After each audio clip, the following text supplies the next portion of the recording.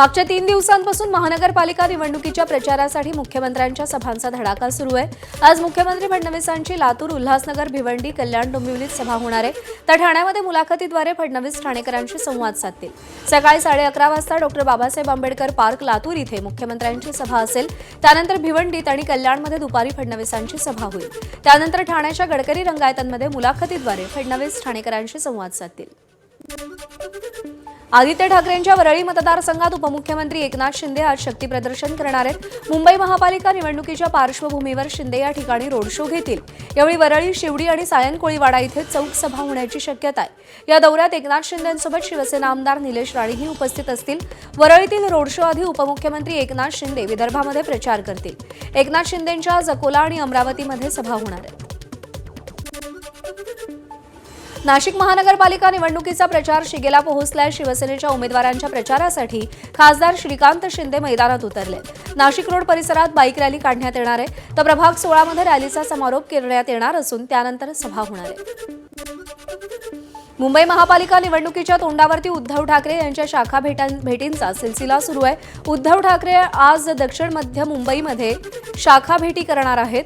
दादर, माहीम, चेंबूर, धारावी या भागामध्ये उद्धव ठाकरे यांच्या शाखा भेटीचा कार्यक्रम होईल। या शाखा भेटी दरम्यान उद्धव ठाकरे कार्यकर्ते, पदाधिकारी तसंच इथल्या नागरिकांशी संवादही साधतील।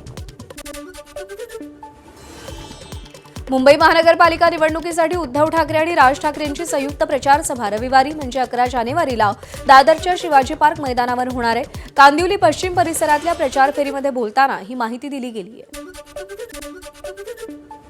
मी तुम्हाला आता निमंत्रण देण्यासाठी बोला येत्या 11 तारखेला आपण सर्वजण शिवतीर्थावरती म्हणजे कामावर आहे का? मालाडला माझी आणि उद्धव ठाकरे यांची संयुक्त सभा आहे। रात्री 12 वाजता उपस्थित राहावं हे आमंत्रण देण्यासाठी आलो। धन्यवाद। मुंबई महापालिकेसाठी भाजपनं तयार केलेलं प्रचार गीत आयोगानं नाकारलंय। मुंबई महापालिका निवडणुकीसाठी भाजपकडून विशेष प्रचार गीत तयार करण्यात आलं होतं। त्यात भगवा हा शब्द वापरला गेला होता आणि या शब्दावरती आयोगानं आक्षेप घेतला। निवडणूक आचारसंहितेच्या निकषांनुसार आक्षेपार्ह शब्द वापरल्याचा ठपका ठेवत हे गीत नाकारण्यात आलंय। हे गीत अवधूत गुप्ते आणि वैशाली सामंत या कलाकारांनी गायलं होतं। सत्तेसाठी अंबरनाथ नगर परिषदेत भाजप आणि काँग्रेसची युती झाली आहे। शिंदेंच्या शिवसेनेला दूर ठेवण्यासाठी अंबरनाथ नगर परिषदेत भाजप आणि काँग्रेस अशी हातमिळवणी झाली आहे। काँग्रेसला सोबत घेऊन भाजपचा नगराध्यक्ष विराजमान होणार आहे। भाजपच्या तेजश्री करंजुले नगराध्यक्षपदी विजयी झाल्या। अंबरनाथमध्ये भाजपकडे नगर परिषदेत बहुमत मात्र नव्हतं। भाजपचे 16, काँग्रेसचे 12, अजित पवारांच्या राष्ट्रवादीचे 4 अशा 32 नगरसेवकांची मोठ बांधत भाजपनं मित्रपक्ष असलेल्या शिंदेंच्या शिवसेनेलाच दूर सारलंय। जनतेचा आदर ठेवून आम्ही आघाडी केलेली आहे आणि भ्रष्टाचाराचे आरोप असलेले आणि भ्रष्टाचाराचे अगदी उघड भ्रष्टाचार होत आम्ही उघड्या डोळ्याने पाहिल्यामुळे आम्ही शिवसेनेची युती केलेली नाही। दरम्यान ही अभद्र युती असल्याची टीका शिंदेंच्या शिवसेनेनं केली आहे। भाजपनं काँग्रेसची हातमिळवणी करत शिवसेनेचा घात केल्याची टीका शिवसेनेचे आमदार बालाजी किणीकर यांनी केली। तर युतीचा विषय हा भाजपचा असून त्यांचे नेतेच याबाबत उत्तर देऊ शकतील असं खासदार श्रीकांत शिंदेंनी म्हटलंय।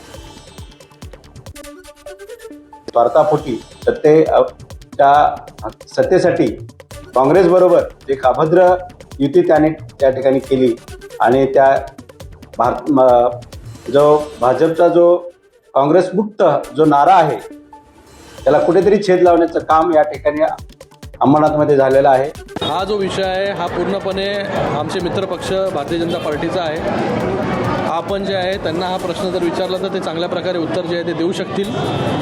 भारतीय जनता पार्टी आणि शिवसेना ही युती जी आहे गेल्या अनेक वर्षापासून आहे आणि ही युती केंद्रामध्ये आहे, ही युती राज्यामध्ये आणि युती महानगरपालिकेमध्ये सुद्धा आहे। शिवसेना गेले अनेक वर्ष जे आहे अंबरनाथमध्ये शिवसेनेची सत्ता होती। चांगलं काम जे आहे अंबरनाथमध्ये शिवसेनेच्या कार्यकाळामध्ये झालं, मोठ्या प्रमाणामध्ये निधी आला। तरी शिवसेना जी आहे ती शिवसेना डेव्हलपमेंटमध्ये, विकासाच्या राजकारणामध्ये जे आहे हे नेहमीच जे कोणी असेल त्यांच्याबरोबर जे आहे हे नेहमी राहणार। दुसरीकडे अकोट नगर परिषदेत भाजपनं चक्क एमआयएमला सत्तेसाठी सोबत घेतलंय। बहुमतासाठी भाजपनं अकोट विकास मंच स्थापन केला। या अकोट विकास मंचमध्ये भाजपनंतर सर्वाधिक जागा जिंकणारा एमआयएम, शिंदेंची शिवसेना, ठाकरेंची शिवसेना, अजित पवारांची राष्ट्रवादी, बच्चू कडूंची प्रहार जनशक्ती सहभागी झाली. या नव्या आघाडीची नोंदणी अकोला जिल्हाधिकाऱ्यांकडे करण्यात आली. भाजपचे नगरसेवक रवी ठाकूर या नव्या आघाडीचे गटनेते असतील. या आघाडीतील सगळ्याच पक्षाच्या नगरसेवकांना आता भाजपचा व्हीप पाळावा लागणार आहे. 13 जानेवारीला होत असलेल्या उपनगराध्यक्ष आणि स्वीकृत सदस्यांच्या निवडीमध्ये ही आघाडी एकत्रितपणे मतदान करेल. अकोटमध्ये भाजपच्या माया धुळे या नगराध्यक्षपदी विजयी झाल्या. मात्र 35 सदस्यांच्या नगरपालिकेत भाजपला बहुमत नव्हतं. भाजपला सर्वाधिक म्हणजे 11 जागा मिळाल्या, तर एमआयएमला दुसऱ्या क्रमांकाचा म्हणजेच 5 जागा मिळाल्या. त्यामुळे बहुमताची जुळवाजुळव करण्यासाठी भाजपनं चक्क एमआयएमशी हातमिळवणी केली. मुंबईकरांसाठी 100 युनिटपर्यंत मोफत विजेची घोषणा ठाकरे बंधूंनी संयुक्त जाहीरनाम्याने केली. आता असं असताना काँग्रेस, वंचित आघाडीसह मित्रपक्षांच्या संयुक्त वचननाम्यामध्ये मुंबईकरांना 20% मोफत पाणी देण्याची घोषणा करण्यात आली.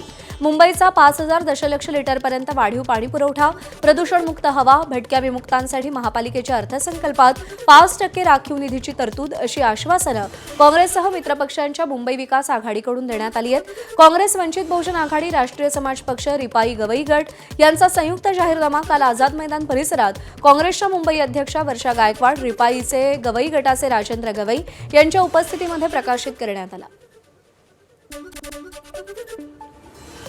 मुंबई महानगरपालिका निवडणुकीच्या प्रचारात आघाडीवर असलेले महायुतीतील दोन्ही पक्ष जाहीरनामा प्रसिद्ध करण्यात मात्र पिछाडीवर असल्याचं चित्र आहे. जाहीरनामा लाएंगे पर तारीख नहीं बताएंगे अशी परिस्थिती महायुतीची झाली आहे. पालिका निवडणुकांचा प्रचार संपायला अवघे 6 दिवस शिल्लक असतानाही महायुतीकडून अद्याप जाहीरनामा प्रसिद्ध केलेला नाही. तर दुसरीकडे प्रचारात पिछाडीवर असलेले ठाकरे बंधू काँग्रेस मात्र आपला वचननामा यापूर्वीच प्रसिद्ध करून निवडणुकीच्या रिंगणात आहे. पनवेलजवळ कामोठे चेकनाका इथं नियमित वाहन तपासताना सायन पनवेल हायवे रोडवरून जाणाऱ्या गाडीची तपासणी केली. त्यामध्ये कापडी पिशवीमध्ये 17 लाखांची रोख रक्कम आढळून आली. ही रक्कम संशयास्पद असल्यानं ही रक्कम पथकामार्फत जप्त करण्यात आली. ही कारवाई पनवेल महानगरपालिका निवडणूक अधिकारी मंगेश चितळे यांच्या मार्गदर्शनाखाली करण्यात आली. पुढील कार्यवाहीसाठी आयकर विभागास सूचित केलं गेलंय. सांगली महापालिका निवडणुकीत कुपवाड भागातील प्रभाग 1 मध्ये प्रचार रंगात आलाय. महाविकास आघाडीच्या पॅनलकडून कॉर्नर सभा तर भाजपच्या पॅनलकडून डोर टू डोर प्रचारावर भर देण्यात येतोय. पद्मश्री पाटील, चेतन सूर्यवंशी, रवींद्र सदामते, माया गडदे या भाजपच्या पॅनलच्या उमेदवारांनी प्रभाग 1 मधील घरोघरी जाऊन प्रचार करतायत. भाजपकडून सांगली शहरामध्ये करण्यात येणारा विकास, प्रभागात झालेल्या कामाची माहिती मतदारांना दिली जाते. सांगली मिरज कुपवाड शहराची वाताहत झाली अशी टीका राष्ट्रवादीचे माजी प्रदेशाध्यक्ष जयंत पाटील यांनी केली. शहराच्या दुरावस्थेचा आढावा घेणारी महायुतीच्या गलथान कारभाराचा पंचनामा ही पुस्तिका राष्ट्रवादीनं तयार केली. मात्र याचं प्रकाशन करण्याची परवानगी अजूनही प्रशासन देत नाहीये अशी टीका जयंत पाटील यांनी केली आहे. पत्रिका आम्ही पुस्तिका काढली, त्याची परवानगी मागितली. ती परवानगी आज प्रशासनाने द्यायचं टाळायला सुरुवात केली. या शहरात वर्तमानपत्रात आलेल्या बातम्या त्या आम्ही छापलेल्या आहेत, बाकी काही छापलेलं नाही. आणि वर्तमानपत्रांनी दिलेल्या बातम्या छापणं हा गुन्हा होऊ शकत नाही.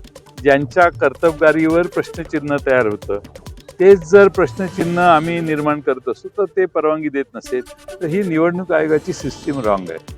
आणि म्हणून आम्ही विनंती केलेली आहे की आम्हाला परवानगी द्यावी. माझी अजूनही अपेक्षा आहे की ते खुल्या मनाने परवानगी देतील. नाशिक भाजपचे माजी आमदार नितीन भोसलेंनी शिवसेनेत प्रवेश केलाय.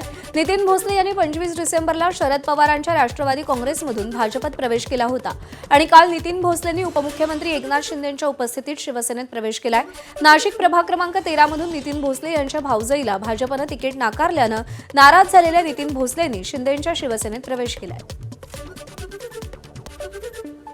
छत्रपती संभाजीनगरमध्ये एमआयएममधील तब्बल 22 माजी नगरसेवकांना तिकीट नाकारण्यात आलं. त्यामुळे नाराज नगरसेवकांनी पक्षाविरोधात रान पेटवायला सुरुवात केली. नाराजांची मोट बांधण्यासाठी पक्षाचे अध्यक्ष असदुद्दीन ओवेसी सरसावले असून आज ते हडको कॉर्नर इथल्या एका पंचतारांकित हॉटेलमध्ये नाराज नेत्यांसोबत 1 to 1 चर्चा करणार आहेत. ओवेसींची जाहीर सभा आज होणार आहे. सभेसाठी ते सकाळी शहरात दाखल होणार आहेत. दुपारी 12 ते 1च्या दरम्यान ओवेसी शहरातील नाराज नेत्यांसोबत चर्चा करणार आहेत. किती नाराजांचं मन ते वळवतील याकडे सगळ्यांचं लक्ष लागलंय. ठाकरेंच्या शिवसेनेचे नेते अंबादास दानवे आणि संभाजीनगरमधील घाटी रुग्णालयाचे अधिष्ठाता डॉक्टर शिवाजी सुकरे यांना निवडणूक आयोगानं नोटीस बजावली आहे. महापालिका निवडणुकीत डॉक्टर सुकरेंनी ठाकरे सेनेच्या उमेदवारावर अर्ज माघारीसाठी दबाव टाकल्याचा आरोप अंबादास दानवेंनी केला होता. त्यावर मुख्य निवडणूक अधिकारी जी श्रीकांत यांनी दखल घेत दोघांना नोटीस बजावली आहे. अंबादास दानवेंनी आरोपांची पुष्टी करण्यासाठी पुरावे देण्याचं नोटिशीत म्हटलं होतं, तर डॉक्टर शिवाजी सुकरे यांना ही भूमिका स्पष्ट करण्याची सूचना करण्यात आली आहे. एबीपी माझा, उघडा डोळे बघा नीट.